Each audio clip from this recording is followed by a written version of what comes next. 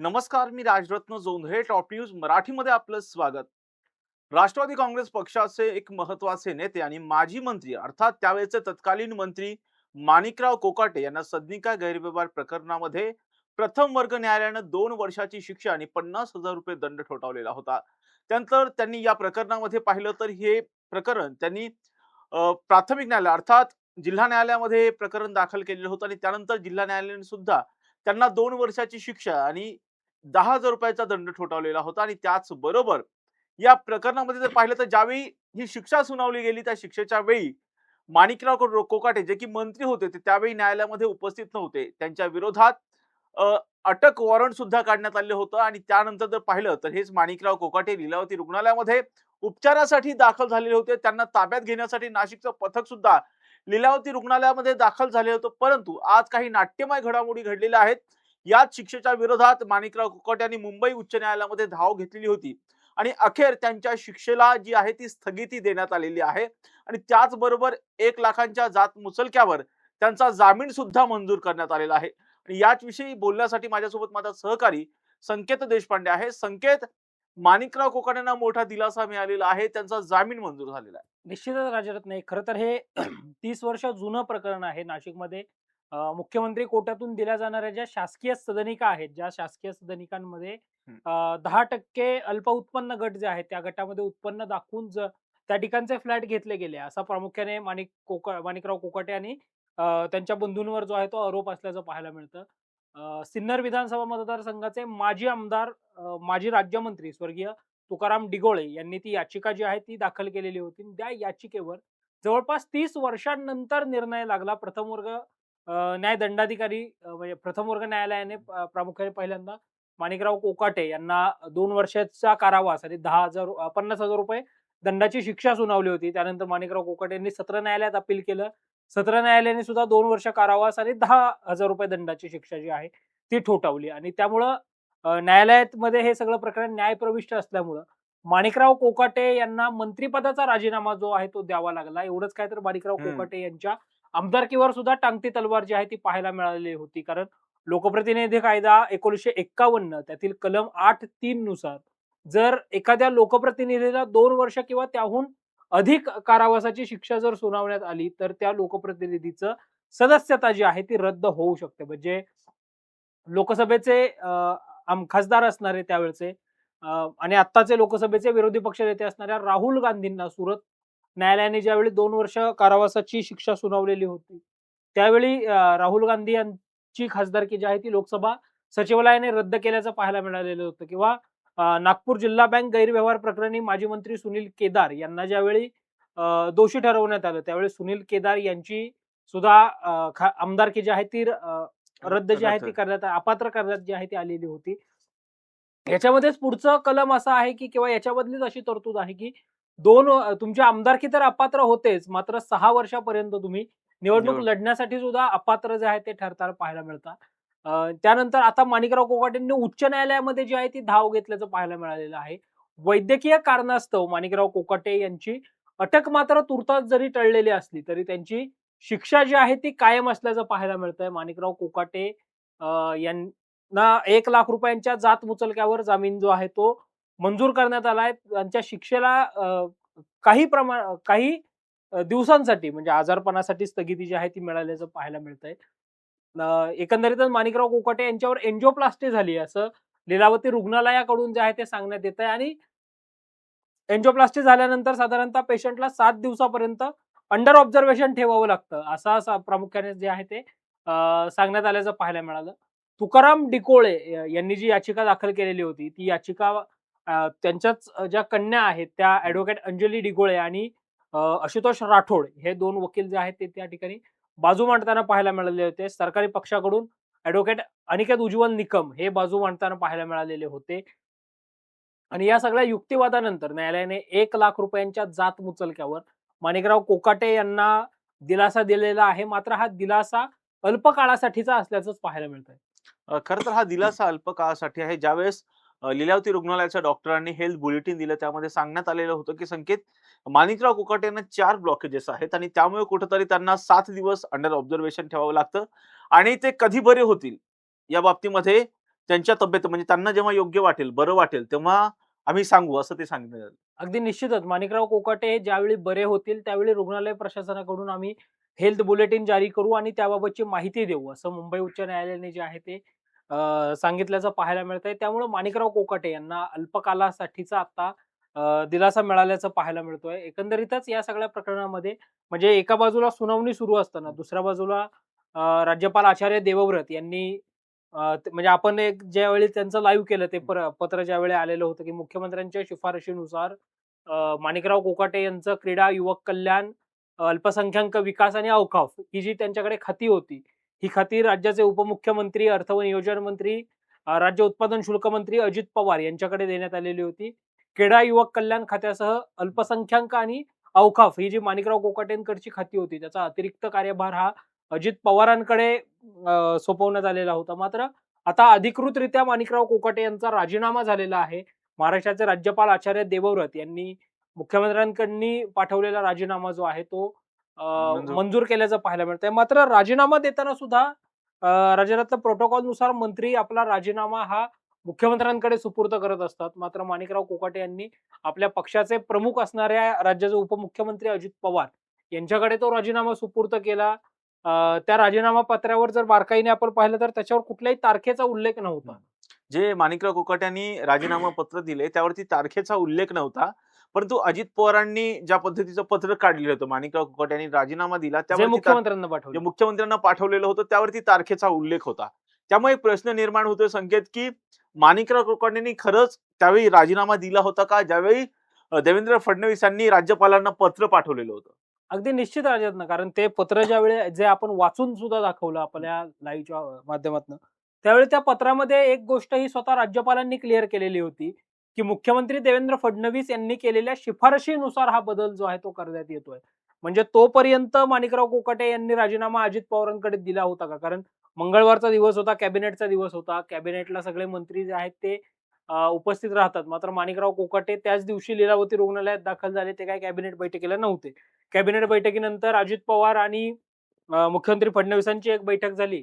त्यानंतर मुख्यमंत्री देवेंद्र फडणवीस, उपमुख्यमंत्री एकनाथ शिंदे, उपमुख्यमंत्री अजित पवार अशी सुद्धा एक बैठक झाल्याचं जे आहे ते पाहायला मिळालेलं होतं.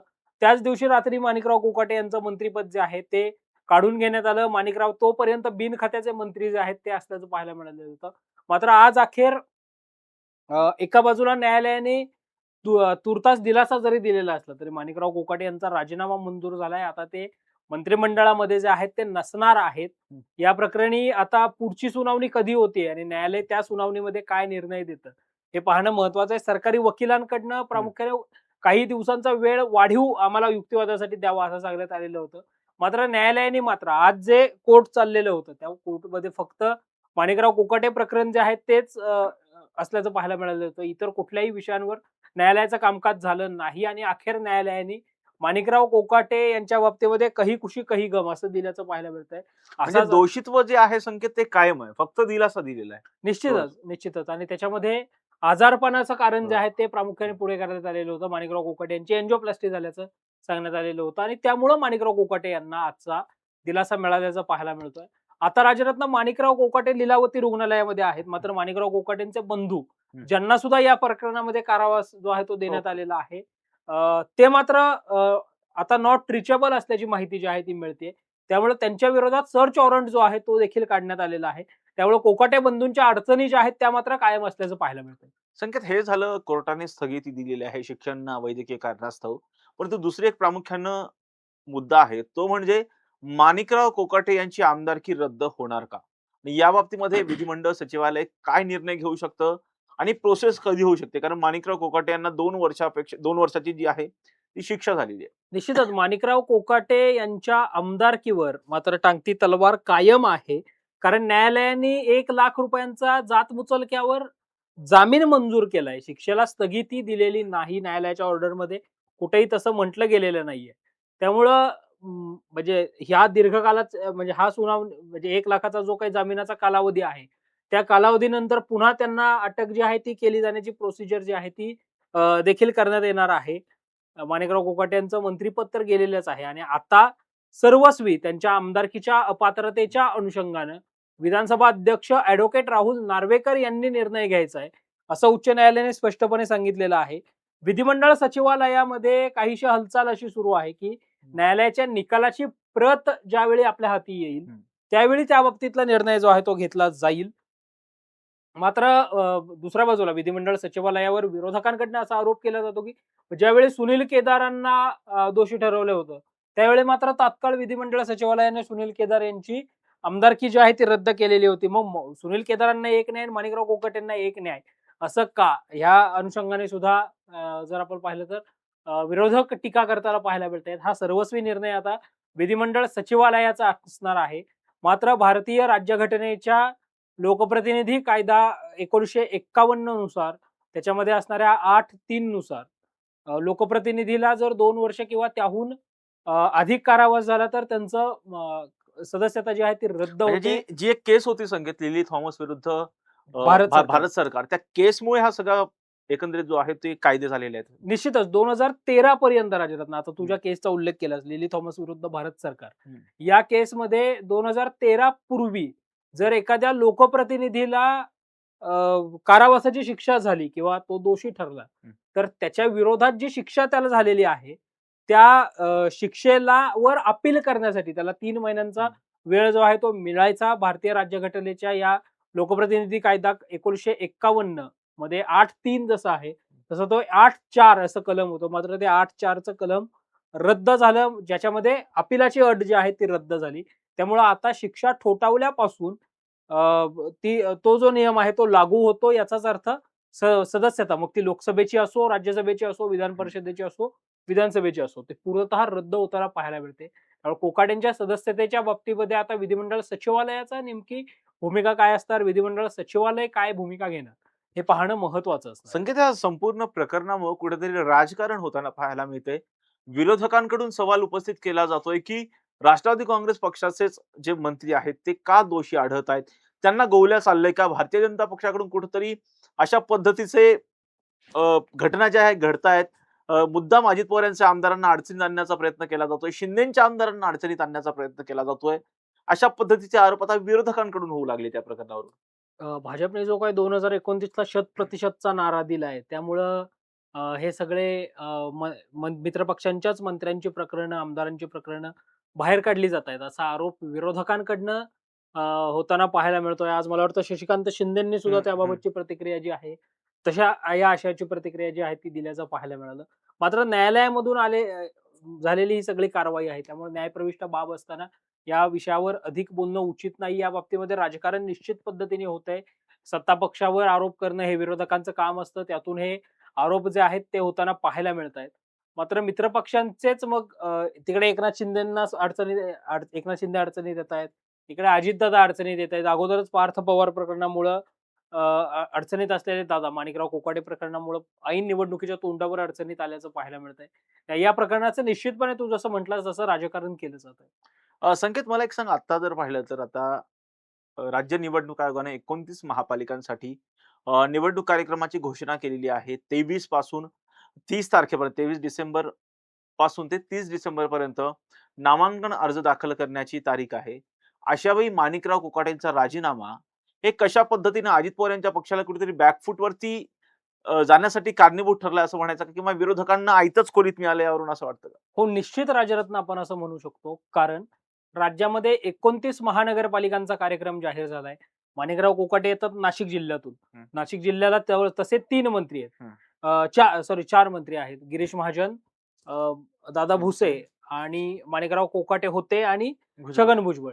मात्र प्रकृती अस्वास्थ्यामुळे छगन भुजबळ हे काही काळ सार्वजनिक जीवनापासून लांब असल्याचं पाहायला मिळतंय. ते आराम करायला त्यांना डॉक्टरांनी सांगितलेलं आहे. तरी देखील छगन भुजबळांनी रुग्णालयामधून नगरपालिका निवडणुकांमध्ये ऑनलाईन व्हिडिओ कॉन्फरन्सिंगद्वारे प्रचार सभा जी आहे ती घेतल्याचं पाहायला मिळालेलं होतं. आणि माणिकराव कोकाटे प्रत्यक्ष निवडणुकीच्या मैदानामध्ये उतरून सभा घेताना जे आहेत ते पाहायला मिळालेले होते. मात्र आता माणिकराव कोकाटे यांचं मंत्रिपद गेल्यामुळं माणिकराव कोकाटे आता या सगळ्या कोर्ट कचेऱ्या, केसेस, त्यांची झालेली एन्जिओप्लास्टी या सगळ्यामुळं प्रचारामध्ये दिसतील का? त्यांना प्रचार करण्याला सुद्धा लिमिटेशन्स जे आहेत ते आलेले आहेत. त्यामुळे निश्चितपणे या निवडणुकांच्या तोंडावर हं. अजित पवारांचे राष्ट्रवादी काँग्रेस पक्ष जो आहे तो बॅकफूटवर गेल्याचं पाहायला मिळतोय आणि याच सगळ्या प्रकरणामुळे आता ऐन निवडणुकांमध्ये विरोधक सुद्धा सत्ता पक्षाला आणि खास करून अजित पवारांना घेरण्याची रणनीती आखताना पाहायला मिळत आहेत आणि तो प्रचाराचा मुद्दा देखील निश्चितपणे बनू शकतो. खरं तर पाहिलं तर माणिकराव कोकाटे यांना उच्च न्यायालयाने शिक्षेच्या बाबतीमध्ये काही दिवस दिलासा दिलेला आहे. त्यांच्या शिक्षेला स्थगिती दिलेली आहे. परंतु दुसरी एक महत्त्वाची बाब म्हणजे त्यांना जी शिक्षा झालेली आहे, त्या जी 2 वर्षाची शिक्षा झालेली आहे, ती शिक्षा मात्र कायम आहे. त्यामुळे एक मोठा प्रश्न निर्माण होतोय, की आता माणिकराव कोकाटे यांच्या आमदारकीच्या बाबतीमध्ये विधिमंडळ सचिवालय कधी निर्णय घेणार? कारण ज्या पद्धतीचा न्याय अ, केदार अर्थात सुनील केदार यांना लावलेला होता, ज्या पद्धतीचा न्याय लोकसभेचे विरोधी पक्षनेते राहुल गांधी यांना लावलेला होता, तोच न्याय माणिकराव कोकाटे यांना लागू होतो का? हे पाहणं आता महत्त्वाचं असणार आहे. या प्रत्येक घटनेचे अपडेट आम्ही टॉप न्यूज मराठीच्या माध्यमातून आपल्यापर्यंत पोहोचवणारच आहोत. यासाठीच पाहत राहा टॉप न्यूज मराठी, आपला महाराष्ट्र, आपली बातमी.